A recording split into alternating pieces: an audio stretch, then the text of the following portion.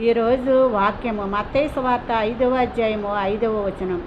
సాత్వికులు ధన్యులు, వారు భూలోకమును స్వతంత్రించుకొందురు.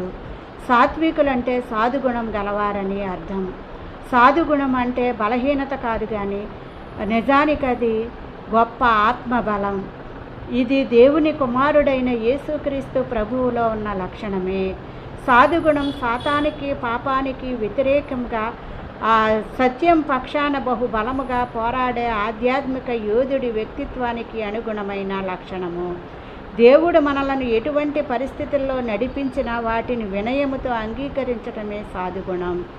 దేవుని కోసం బాధలను అనుభవించటానికి సమ్మతించటము, హేళన, తిరస్కారం పాలైన కోపం, ప్రతీకారం చూపకుండా ఉండటమే సాధుగుణం.